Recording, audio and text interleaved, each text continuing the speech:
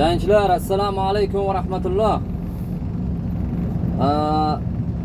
Rostovga borsangiz, Krasnodarga borsangiz, adashmasam shu xohlaysizmi-yo'qmi, Astraxanni ichi bilan o'tib, keyin chegaraga borar ekanmiz. Qozoq bilan Rossiya chegarasiga. Hozir qaytishda ham xuddi shunday bo'layapti bizda. Boshqa yo'l bormi chegaraga desam, yo'q, shu hamma yo'l bitta yo'lga birlashtiradi deyapti. Shu bitta yo'l bor chegaragacha deyapti, boshqa yo'l yo'q deyapti. Chopirlar aytishi bo'yicha. Balkim bilmagani bordir. Bilganlar bo'lsa,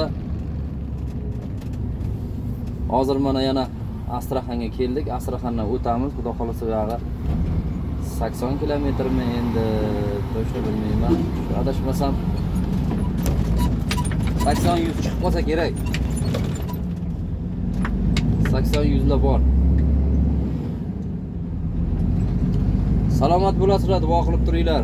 Inshaalloh chegaraga yaqin qoldi, 1 soat, 1,5 soatda kirib boramiz.